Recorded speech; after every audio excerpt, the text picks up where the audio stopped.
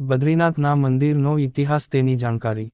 હવે હું તમને બદ્રીનાથ મંદિરનો ઇતિહાસ, ધાર્મિક મહત્તા, સ્થાપત્ય, પુરાણકથાઓ, યાત્રાધામનું વર્ણન અને આજના સમયમાં તેનું સ્થાન બધું એક વિસ્તૃત લેખ સ્વરૂપે કહીશ. તો ચાલો મિત્રો વિડીયો આગળ વધીએ.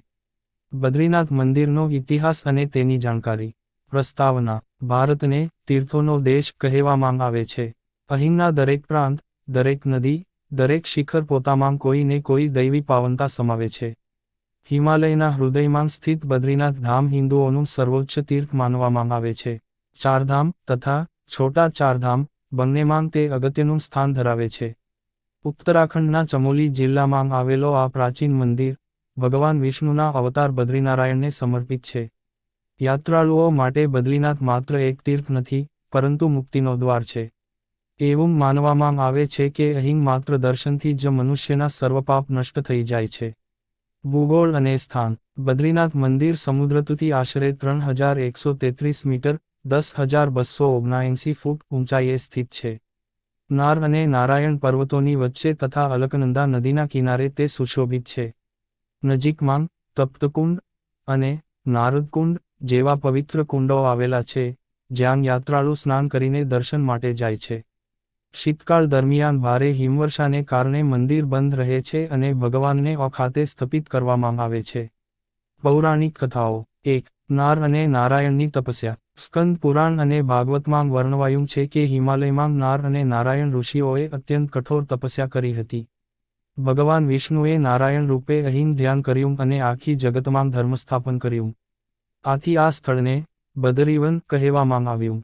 2. બદ્રી વૃક્ષની કથા. એક કથા મુજબ, જ્યારે ભગવાન નારાયણ તપ કરતા હતા ત્યારે તેમની પત્ની લક્ષ્મીજી કડકડતી ઠંડીમાં તેમને ઢાંકવા માટે બદ્રી બેરી વૃક્ષ બની ગઈ.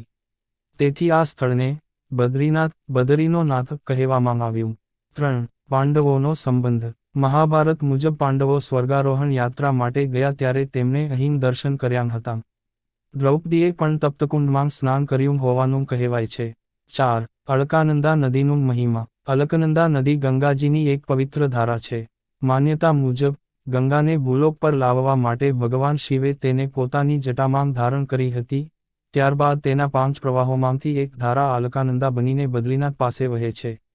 ઐતિહાસિક વિકાસ. પ્રાચીન સમય. પુરાણો અને ઋષિમુનિઓના ગ્રંથોમાં બદ્રીનાથનો ઉલ્લેખ અનેકવાર મળે છે. કહેવાય છે કે ભગવાન શંકરે પણ અહીં સાધના કરી હતી. આદિશંકરાચાર્યનું યોગદાન. ઈ.સ. 8મી સદીમાં આદિશંકરાચાર્યએ આ મંદિરની પુનઃસ્થાપના કરી.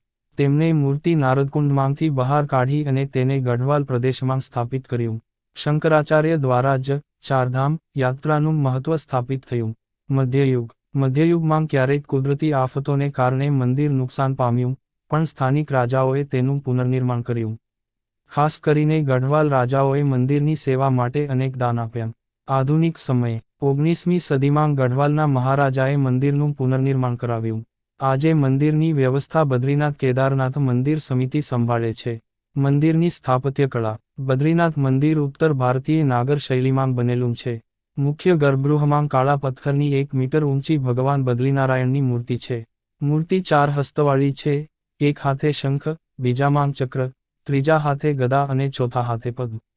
મંદિરનો રંગીન મુખ્ય દ્વાર સિંહદ્વાર તરીકે ઓળખાય છે. ગર્ભગૃહની આસપાસ કુંડ, ઉપાસના સ્થાન અને પંડિતો માટેની બેઠક વ્યવસ્થા છે. આગળની તરફ સભા મંડપ છે, જ્યાં ભક્તો ભજન કીર્તન કરે છે. યાત્રાધામનો મહિમા. ચારધામ યાત્રા. હિન્દુ ધર્મમાં 4 મુખ્ય તીર્થ બદ્રીનાથ, દ્વારકા, પુરી અને રામેશ્વરમ. એમ માનવામાં આવે છે કે જીવનમાં એકવાર આ ચારધામની યાત્રા કરવી જ જોઈએ. છોટા ચારધામ. ઉત્તરાખંડમાં સ્થિત યમુનોત્રી, ગંગોત્રી, કેદારનાથ અને બદ્રીનાથને છોટા ચારધામ કહેવામાં આવે છે. યાત્રાળુ સૌપ્રથમ યમુનોત્રી, પછી ગંગોત્રી, કેદારનાથ અને અંતે બદ્રીનાથ જાય છે. તપ્તકુંડ. મંદિરના આગળ ગરમ પાણીનો કુંડ છે. અહીં સ્નાન કર્યા પછી જ યાત્રાળુ ભગવાનના દર્શન કરી શકે છે. ધાર્મિક વિધિઓ. રોજ સવારે મંગળ આરતી અને સાંજે શયન આરતી થાય છે.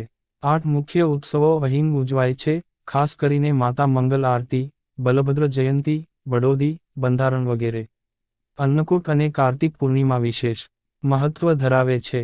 બદ્રીનાથની યાત્રા. યાત્રા દરમિયાન હજારો ભક્તો હિમાલયની કઠોર પરિસ્થિતિ વચ્ચે પણ ઉત્સાહથી દર્શન કરવા આવે છે. સામાન્ય રીતે એપ્રિલ, મેથી નવેમ્બર સુધી મંદિર ખુલ્લું રહે છે. શિયાળામાં ભારે હિમવર્ષાને કારણે ભગવાનની મૂર્તિને લઈ જવાય છે. આધ્યાત્મિક અને તત્વજ્ઞાનિક મહત્તા. બદ્રીનાથ માત્ર એક યાત્રાધામ નથી, તે ધ્યાન અને જ્ઞાનનું કેન્દ્ર છે. અહીંથી સંદેશ મળે છે કે જીવનમાં તપ, ભક્તિ અને સત્ય દ્વારા જ મુક્તિ પ્રાપ્ત થઈ શકે છે. નારાયણની તપસ્યા કર્મયોગનું પ્રતીક છે. લક્ષ્મીજીના બદરીવૃક્ષ બનવાની કથા ત્યાગ અને પ્રેમનું પ્રતીક છે. પાંડવોની યાત્રા ધર્મની વિજયયાત્રાનું પ્રતીક છે. પર્યટન અને આજનો બદ્રીનાથ. આજના સમયમાં બદ્રીનાથ માત્ર ધાર્મિક જ નહીં પરંતુ પર્યટન સ્થળ પણ છે. દર વર્ષે લાખો યાત્રાળુઓ આવે છે. ભારત સરકાર અને ઉત્તરાખંડ સરકાર યાત્રાળુઓ માટે માર્ગ, હોટલ, આરોગ્ય સેવાઓ વગેરે સુવિધા પૂરી પાડે છે. આંતરરાષ્ટ્રીય સ્તરે પણ બદ્રીનાથ ધામને વિશેષ ઓળખ મળી છે. ઉપસંહાર. બદ્રીનાથ ધામનું સ્થાન હિન્દુ ધર્મમાં અવિશ્વસનીય છે. પૌરાણિક કથાઓ, ઐતિહાસિક વિકાસ, સ્થાપત્યની ભવ્યતા અને ભક્તિની ઊર્જા, આ બધું મળીને બદ્રીનાથને મોક્ષધામ બનાવે છે. અહીં આવનાર દરેક ભક્ત અનુભવે છે કે હિમાલયની વચ્ચે બિરાજતા ભગવાન બદ્રીનારાયણ માત્ર પથ્થરની મૂર્તિ નથી, પરંતુ એક જીવંત શક્તિ છે જે મનુષ્યના જીવનને શાંતિ, ભક્તિ અને આધ્યાત્મિક ઉન્નતિ તરફ દોરી જાય છે.